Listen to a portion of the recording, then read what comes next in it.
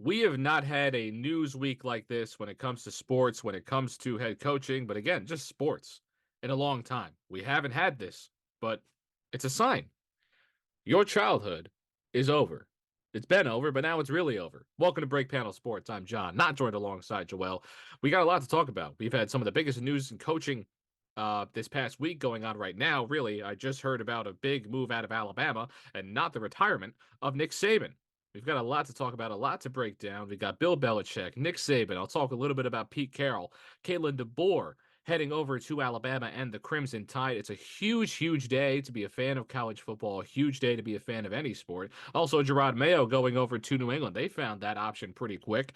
So let's break it down. Again, this is Break Panel Sports, and I'm John, joined alongside nobody here for this adventure as we break down this situation here in the coaching world. We're going to start off with Bill Belichick and the New England Patriots and Jerod Mayo being hired to be the next head coach over there in New England. It's a big move, huge move coming out of the northeast part of the United States of America. So let's talk about that, right? Jerod Mayo, great linebacker, phenomenal player for the New England Patriots.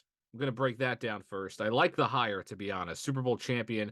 He had a pretty good term while he was there over as a coach of the inside linebackers coach for the New England Patriots. He was a guy that when Bill Belichick was kind of going through his rough patches, when the Patriots were looking down, when things weren't going that well, it was always, oh, maybe Jerod Mayo could one day come through and take over that position. And now here he is. He's going to be the next head coach of the New England Patriots. He's never been a head coach before, so that's an interesting situation. And I think it's good for New England because it's clear and obvious that there was no quick hire to make. There was no move that made New England a champion tomorrow. This is now a rebuild. I think now they have dedicated to a full-fledged rebuild over there in New England. That's the situation that we're seeing. So, Patriot fans, as you get used to life without Bill Belichick, and that life was, oh, maybe they'll have a chance every single year, except for really the past two or three. They didn't have much of a chance this year at all. So now, again, rebuild, no quarterback, growing defense. There's some good players on there. Trent Brown, who knows where he's going to go. Matthew Judon is still sticking around, but those players obviously are now, you have to build around them. This isn't a Super Bowl team. I think everyone knows that. But Mayo, he's done some great things. He has the experience. He knows how to coach a defense. He has done a great job. I think a lot of people would have liked to see him maybe head coach somewhere else first, or even just be a defensive coordinator first, or a special teams coordinator or something. He'd be a defensive coordinator. But for him to transition right into head coaching, that is interesting. A lot of people obviously wanted Mike Vrabel, former coach of the Tennessee Titans. Now, where does he end up? Is he going to Atlanta, or is Bill Belichick going to Atlanta? Who's going to Los Angeles? We're going to find out more as everything develops, as everything goes along. And who knows, maybe by the time that you're listening to this, everything else that I'm talking about is a bit outdated, but this is what we have here on this Friday afternoon. We have Jerod Mayo as the next head coach, obviously, of the New England Patriots. So, again, I think it's very interesting. I like the hire. It's exactly what the Patriots needed. Yes, Mike Vrabel is such a great option, and I do find it strange that you weren't going to go the Vrabel route. Maybe he's not interested. Maybe he doesn't want the job. He's probably going to Los Angeles or Seattle potentially, but it's a hire that is good. It's a hire that if it doesn't go well, you tried it. You tried to go the young head coaching route. And that's the thing about head coaching nowadays. You're kind of supposed to take risks. There's no guaranteed way to the top. Even whoever hires Bill Belichick, you're not guaranteeing that a championship will come out of that. It's not like Tom Brady. Coaches don't play, coaches coach. You still have to build a roster, right? So when Tom Brady goes to Tampa, oh, you upgrade at a position that this team was a quarterback away from potentially winning a Super Bowl, a Tom Brady away from winning a Super Bowl. That's what they were at the time when they were going through the Jameis Winston era. And then they got it, they won a Super Bowl. But Bill Belichick going wherever doesn't fix the roster issue. But a great young head coach can fix a roster issue over time, not next year. So that's why it's going to be hard, I think, for Bill Belichick to really find his way, that you're not going to hire Bill Belichick somewhere else. So again, Jerod Mayo, there's not too much to say about it except it's good. I think it's good. I don't think anybody's going to disagree with that, unless if you think that they should have had a coach with head coaching experience. But again, young head coach, young team, young roster. At least that's the plan going forward. Now they got to hire a general manager. That's what I care more about if you're a New England Patriots fan. Someone's got to manage this team. Someone's got to figure that out. The field stuff is going to be the field stuff. Now you got to draft a quarterback. Now you got to do all this stuff. So Jerod Mayo's over here, right? And the retirement of Bill Belichick. We can talk about that forever. And you've heard enough about his greatness, about what he's done, about is he the greatest head coach of all time?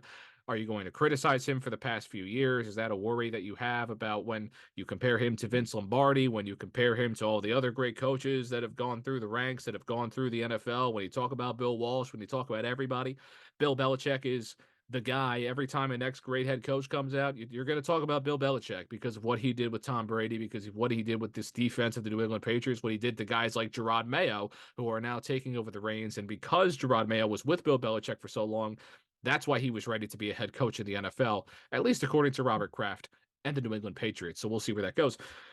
But when it comes to Bill Belichick, right, it was supposed to happen. This was a long time coming. It's not like the other two moves in head coaching that, wow, that just happened. Whoa.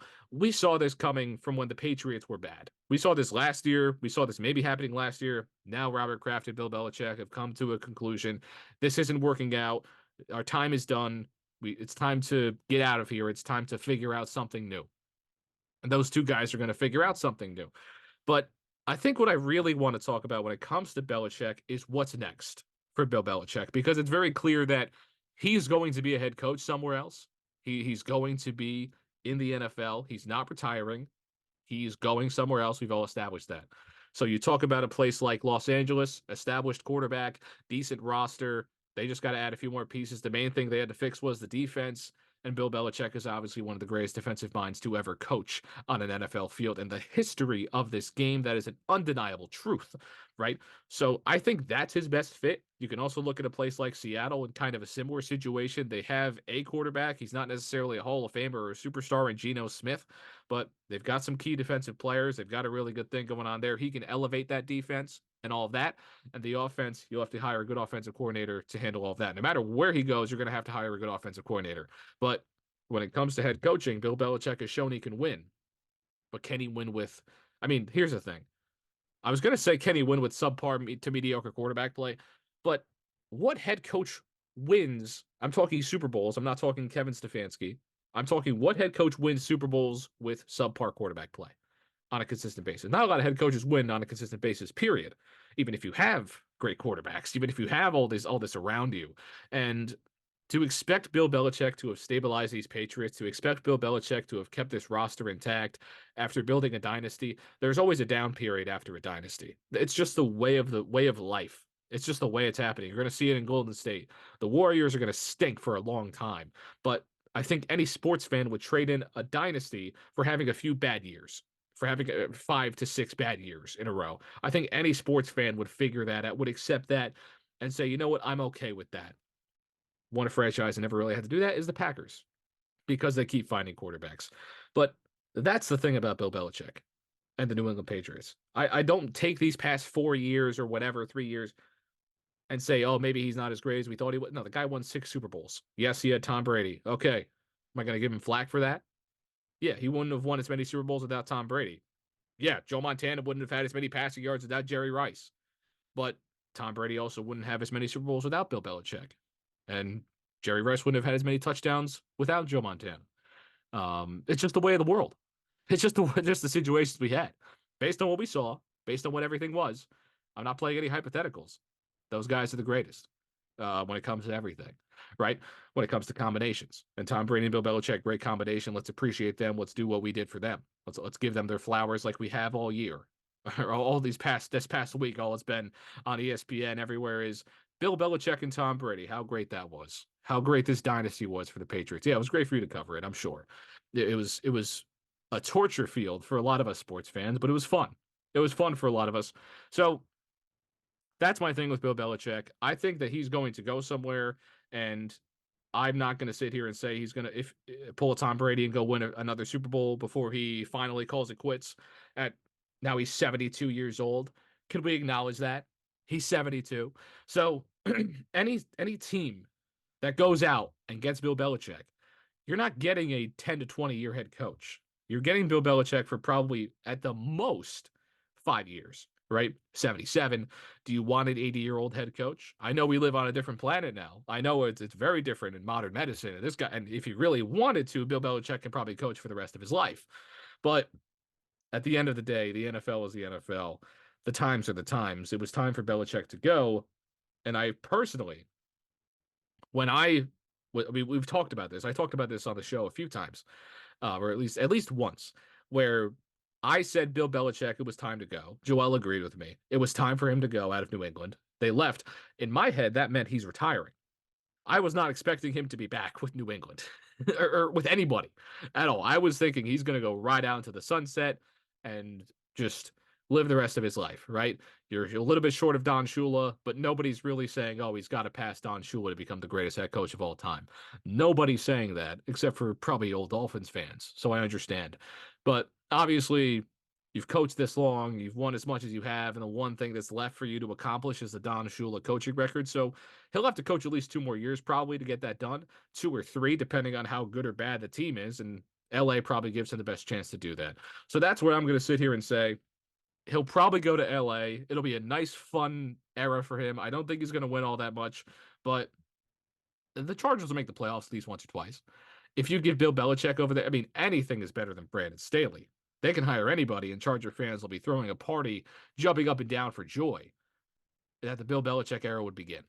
So I think at any point, Charger fans will take Bill Belichick. Charger fans will take, again, any head coach on the market. But I think Belichick will find a job pretty quickly. He'll probably be the first domino to fall. To me, unless if obviously you have Patriot situations where you're just going to bring a guy up, it feels like a Shohei Ohtani situation. Not the money, not the greatness, anything, but it feels like you need that domino to fall before the rest can. Because I think a lot of situations they're going to say, "Oh, if we can get Bill Belichick, we'll take Bill Belichick," and that includes playoff teams. Playoff teams that'll fire the head coach after this season. So I think that'll probably happen. It'll be the first real domino to fall. Bill Belichick, he'll get hired, and then the teams that say no. I think if you see any team hire a head coach before Bill Belichick gets hired by somebody else, Bill Belichick probably said no to them. Bill Belichick probably wasn't interested in them.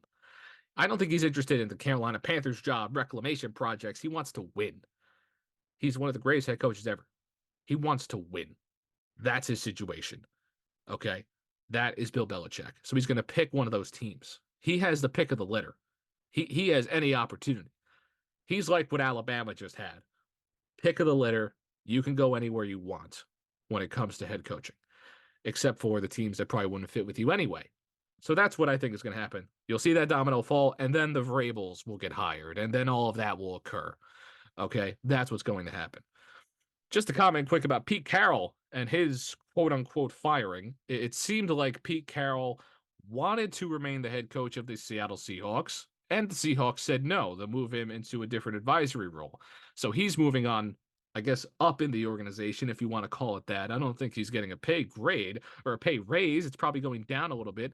Obviously, Pete Carroll, one of the most historic, iconic coaches in the history of the National Football League and college football as well with the USC. So no one's going to deny his greatness. And I don't have too much on this one because it's really hard to tell what's going to happen next. That's why it's so hard to talk about. You don't really know because, again, his time is done. He's one of the greatest coaches. He is also 72 years old, but he looks much more spry and ready to go than a Bill Belichick, and Bill Belichick's still coaching. So right now he's kind of an advisor and executive president with the Seattle Seahawks. Will he stay in that role? Maybe for a year and then coach after that. But for a coach like Pete Carroll, the clock is ticking like Bill Belichick in terms of if you want to be a head coach again. So right now he's in that role with the Seahawks. That's where he currently is. I don't know if a team calls Pete Carroll, if a team calls the Seahawks, say, hey, we want Pete Carroll. We want to have him be the head coach of our team.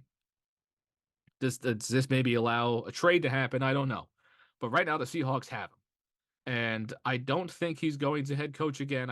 I personally think he's done in terms of head coaching in the National Football League because he'll probably just remain with the Seahawks. He loves the Seahawks. He loves this organization and this franchise. I don't see him wanting to leave especially at his current age and everything. And he's been with Seattle for so long. I mean, let's see the years. He's been with the Seahawks since 2010. I mean, think of how long ago that was. Where were you in 2010? How old were you in 2010?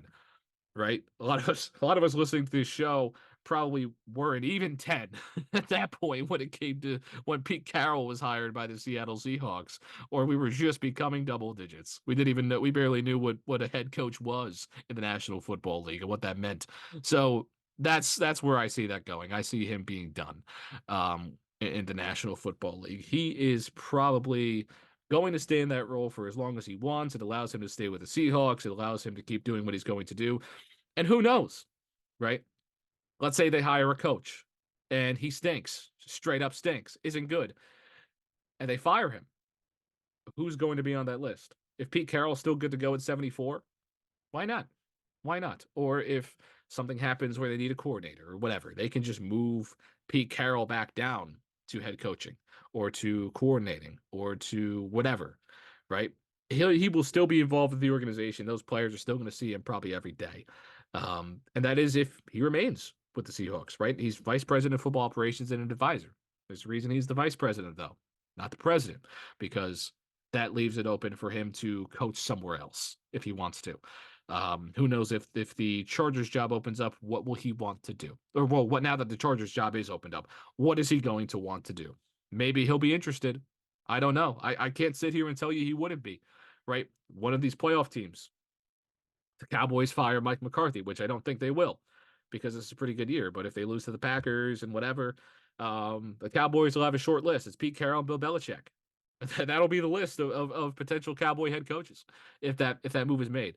I don't think the Packers fire Matt LaFleur. That's probably not going to happen. Baltimore, San Francisco, those jobs are safe. Maybe Buffalo, right? Maybe in Buffalo, Sean McDermott, they end up getting rid of him if they have a first round exit, if things go wrong against Pittsburgh, right? So who knows? Who knows what's going to happen? I can't sit here and tell you. But for now, it looks like Pete Carroll is probably gone when it comes to the head coaching ranks in the National Football League. That is done. Those days are over. Okay. Pete Carroll, great time. I think a lot of us are kind of getting lost with this stuff, right? Because we're sitting here saying Bill Belichick is still, I don't think a lot of people are saying this, but that Bill Belichick would still, could win a Super Bowl with the Chargers would be a guarantee. That Pete Carroll's still going to be a coach. Yes, you watch these guys and they're still obviously right. If you sat here and if people sat here and told you that Bill Belichick and Pete Carroll were 65 years old, you'd be like, yeah, that makes sense. These guys are 72 years old. Okay. At some point, you have to take a step back, enter a much less intensive role with the organization, or just retire completely and go be grandpa. Right. I'm not saying grandpa is an insult. I'm saying genuinely, you want to spend time with your grandchildren and your children and all the people that the work of head coaching prevented you from being able to go out and be with, right? You had to go be with your grandchildren. You had to go with your children. And a lot of the time you couldn't because you're head coaching. You're traveling to San Francisco one day and you're traveling to Buffalo the next week. You're not spending time on your grandkid's 6th birthday. That's just the way it is. So these guys want to be able to do that. If Pete Carroll, right, he's not traveling with the team every week. He's just a vice president and an advisor. So when the president of football operations says, hey, we want to make this move, hey, Pete, how would this player react? How does this player play? What kind of scheme fit do we got here? That's Pete. That's what he's going to be doing. So I wouldn't be surprised if he just stays in that role and is able to, do that from his home in Seattle or wherever he decides to live. Because you can do this as a remote gig and he's got plenty of money if he wants to fly back and forth. But again, 72 years old. He's probably more fit than I am at this point in his life, but that's just because, he's with football every day. So, yes, these guys are fit. These guys are ready to go, especially Pete Carroll. That guy is athletic at this point in his life. I mean, to be 72 years old and to be on the football field the way he is, oh my goodness. I aspire to be that. I'm going to dedicate time to become that at some point in life because, man, you want to be running around when you're 72. I mean, that would just be awesome. You don't want to be standing. You don't want to be sitting around all day. You want to be moving. And Pete's moving. So we'll see how he reacts in life to moving around a little bit less. But I think he'll be just fine. He runs all the time. He'll be good. Bill Belichick, yes, he's 72, but he still looks good. So, yes, these guys can still head coach, but is he better than a 39-year-old? Is he better than some of these other coaches? I mean, Is he better than a Kalen DeBeor who's 49 years old? Right? That we're going to talk about when it comes to Alabama. People were talking about Alabama. Oh, Bill Belichick, head coach of Alabama. Pete Carroll, head coach of Alabama. No, you want to go younger. You really want to go younger. And we'll talk about that in just a second. So, Nick Saban, Alabama, right? This season, the Alabama Crimson Tide ended in disappointing fashion. Well, not necessarily disappointing, but disappointing by Alabama standards. They lost in overtime to Michigan, the eventual national champions, in the Rose Bowl in overtime off a quarterback draw play that maybe shouldn't have been called the way it was, but Michigan did a good job defensively to adjust to the situation. Bama didn't have any timeouts, and the game ended the way it did. Right? And when that play happened, when you watched Nick Saban walk off the field, did we sit here and think that that was the end of Nick Saban? That was it? That was the end of it all? That was the last time you would watch Nick Saban do a sideline interview? That was the last time you would watch Nick Saban go out and coach a team and yell at everybody and still look great?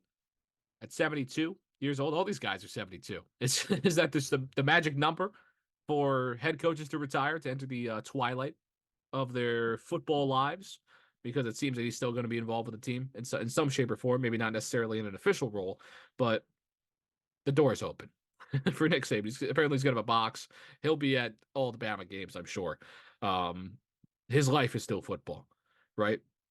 But at some point, being a head coach is too much, right? And he just couldn't do it anymore. He said that he started to feel tired. He started to feel like he couldn't give the players what they deserved. He couldn't give the players that energy that he demanded out of them. And once he realized that, it was time to go. It was time to no longer lead Alabama, to no longer be the head coach of Alabama. I can see him entering a sort of Pete Carroll advisory role. I can see him in the building all the time, but Nick Saban retired when it was time. And yes, maybe he overstay his welcome? I'm not going to sit here and say that, because he won a national championship in 2020. Should he have retired after that natty? Maybe. Maybe he should have. But they still had pretty good years after that. They missed the playoff the one year. They made the playoff this year. Whether you agree they should have or shouldn't have, they still won the SEC. Nick Saban, in a way, ended on top. He ruled the SEC for a long time. Even when he was at LSU, he won a national championship over there. He is still a ruler of the SEC. That's what he always was and always will be, even though he's not coaching anymore. When you think of Saban, any SEC fan will tell you, oh, man, Nick Saban. Hated that guy. Not because he was a bad person. He's one of the greatest people to ever be a part of football. But the fact that he won so much. 292, 71, and 1 in college. 15 and 17 in the NFL. Not great, but that's why he left Miami so quick to go over to Alabama. 9 and 5 in the college football playoff. 19 and 12 in bowl games. Brought a lot of glory to Alabama. A 7-time national champion. That's probably the best. That is the best amount of championships, the most amount of championships ever. So, yeah, that'll do it. That's Nick Saban. 2-time AP College Football Coach of the Year as well. 5-time SEC Coach of the Year. He's Nick Saban. Miss Terry, she finally gets a break from Alabama football. Him and her and Nick Saban finally get away. Cannot have to worry about recruiting anymore. And here was my biggest issue with it all, personally. When he retired, I don't think there wasn't a ton of dialogue as to criticizing Bill Belichick besides the Tom Brady departure and these past few years. Okay, whatever. When it came to Pete Carroll, you're more criticizing Seattle. That didn't seem as mutual as the other two were. When Nick Saban retired, I saw a lot of discussion as to why he retired. That was the question. Why did Nick Saban retire? What led to this choice? And I saw a lot of people saying, maybe not this directly, but something along the lines of he was running away from NIL. He was scared of the new NIL era. He couldn't coach during the NIL era. He couldn't do it. He was tired of it, wasn't having it, all that. To that I say no. I just denied all that dialogue. Even Coach Sanders, Coach Prime, Deion Sanders, was saying, man, this new The new era of college football ran out Coach Saban, ran him out of town, basically. That's not true. That's not how this works, right? Maybe that had to do with it. Maybe that was a part of it. But can we just acknowledge reality? The guy is 72 years old. He's 72. At some point, you got to go. At some point, you get tired, right? There was a mic'd up moment of him and Kirby Smart, and it's like, you're right about one thing. I'm too old for this. He knew for a while that this was coming a lot sooner than maybe we expected. When I first saw this news, I was surprised by it. Oh, wow, Nick Saban retired. I thought he maybe had one more in him. Maybe he had a couple more in him. No, he's 72, right? Even 5 years ago, even when he won his last national championship, before we even turned 70, we were sitting here going, oh, man, is he retiring after this one? Is this it? He stuck around for 3 more. Didn't win another national championship. That's fine. He didn't have to win anymore. His legacy is done, established as the greatest to ever do it, over Paul Bear Bryant, over anybody you can imagine. It's done. Nick Saban is the greatest to ever do it. And what did you expect him to do? Coach until he's 80? Just because NIL is a thing. And yes, maybe it's harder to recruit nowadays. It's not the same as it always was, right? It's different in terms of the landscape and the atmosphere and the world and how kids come to your program. It's different. But Saban was here through it all. You're telling me this team didn't cheat every now and then? They all did in the SEC. He just never got caught for it. Okay? Tennessee did. A lot of places did. They're never going to catch Saban. Even if they did catch Saban, they would forget about it, quote unquote. They would miss it. I'm not going to trash his legacy. He's the greatest coach of all time, but because NIL was kind of always happening in a way. Players were getting paid. It was just under the table, is what I'm trying to say. Paying players didn't drive him out. I know it's a new era with the transfer portal and everything. And the transfer portal is a huge change in the world of college football. And it's not, you bring a kid in, he's going to stick around. No, you constantly have to rebuild your roster every year. And maybe it became less fun for Nick Saban, but he still coached through this era. He won an SEC championship in this era, this past year. Just this past year I'm talking about, too. He won an SEC championship. It's probably one of the hardest things to do besides winning a national championship is to win the SEC. Sure, he's at Alabama, fine. But that's Nick Saban. So it's not the NIL that drove him out. It's the fact that he's 72 years old. He's ready to just live his life. He has to go be grandpa at the end of the day. That's what Nick Saban is going to do. Let these guys go be grandpa. I mean, come on. Don't talk about NIL when it comes to him. He coached through it. He did great. He was still the best in the college football world. Maybe Kirby Smart had better runs because Georgia was so good, right? Who knows how much longer that's going to last? I don't think it's going to end anytime soon. I don't think you're going to sit here and say Kirby Smart's better than Nick Saban all time, unless if he goes out and wins 5 more with Georgia, which is very possible. Who knows what's going to happen? But especially in the 12-team playoff, my goodness. If Georgia was in a 12-team playoff this year, they're winning the national championship. I have no doubt about that. That's a whole different topic you can talk about during the offseason, right? Would Georgia have won in this 12-team playoff? Maybe we'll talk about that another day. But Nick Saban is still the greatest to ever do it. And just because he retired doesn't mean it was because of NIL or anything of that nature, right? So Alabama was in a position where they had to do something. They had to do something quickly. They had to figure it out. Well, they did. It's Alabama. They have the biggest pockets out of anybody.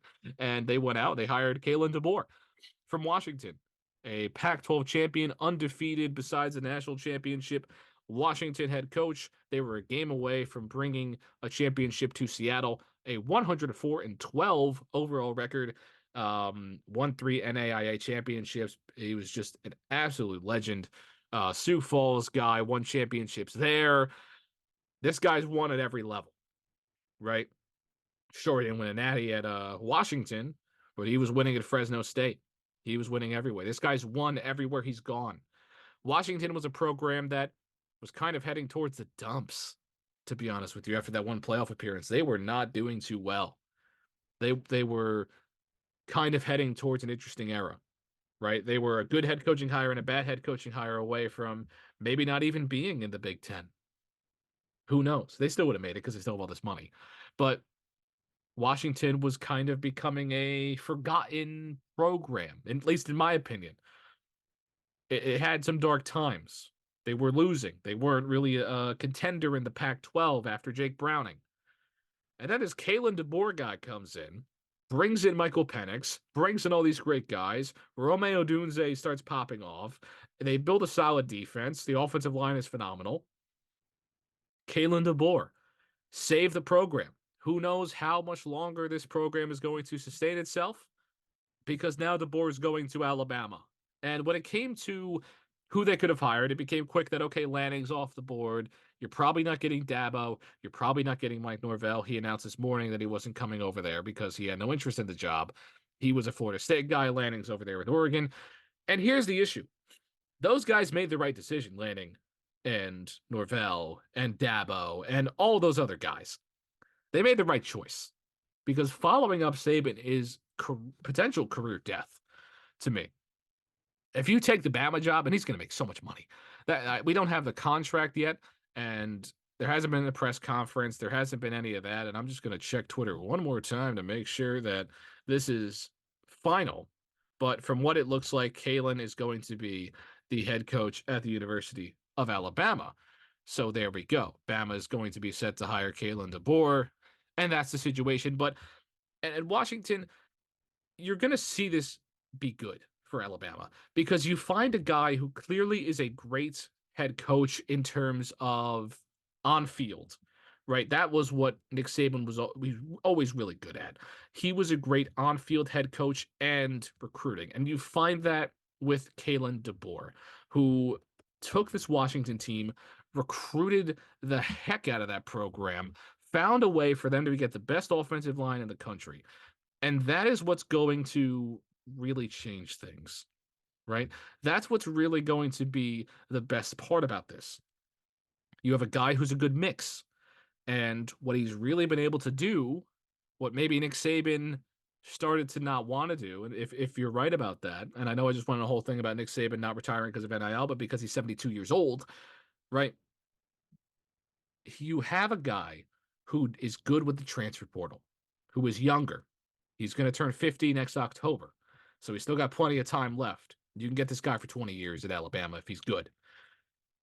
Who knows how he's going to do in the SEC? But I think when it comes to keeping recruits, Kalen DeBeor, that guy just went to a national championship. I'll stick around. I think some of those decommits that you saw, they'll probably come back, I would imagine, to Alabama because of this hiring. You knew Alabama was going to hire a great guy, a great coach, and this was the easiest decision to make. Call up all the big name head coaches, see who wants to come over, because this could be a bad scenario, right? Let me get back to that. If Kalen DeBeor comes into Alabama and he's not very good, or he's mediocre, or he's this, or he's that. I know this guy's won at every level, but Georgia's still Georgia, and the SEC gets a bit tougher with Texas and OU coming along, right? Especially in recruiting and transferring. Do you want to go with the established Sark? Do you want to go with the established Brent Venables at this point? Kirby Smart? Or do you want to try out this new Kalen DeBeor project? Sure, he's established in terms of his coaching career, but not in the SEC. So if he stinks, just flat out isn't good, Bama's going 8-4, 7-5, maybe a 9-win season, then DeBeor will be out pretty quick. Bama's going to be expecting 10-win seasons, 11-win seasons, Saban type stuff. Maybe not a national championship, but this Alabama is still going to be expected to make the playoff every single season. Every single time they go out there, you're going to expect Alabama to be in the championship conversation. That's what Alabama has to be. They have no choice but to be in that scenario, right? Because it's Alabama, because of the pedigree that Nick Saban went out and gave this program as I'm trying to plug my computer in really quickly. So Kalen DeBeor, it's a great hire. It's a risky move by DeBeor, but not risky for his checking account because he's going to make a ton of money. We have no contract details as of yet. It's coming. It's going to be there. It's going to be here pretty soon. But it's always a risk, no matter who you hire. It's a risk for DeBeor more so because, again, the expectations around him are going to be insane. But he's never been afraid of expectations.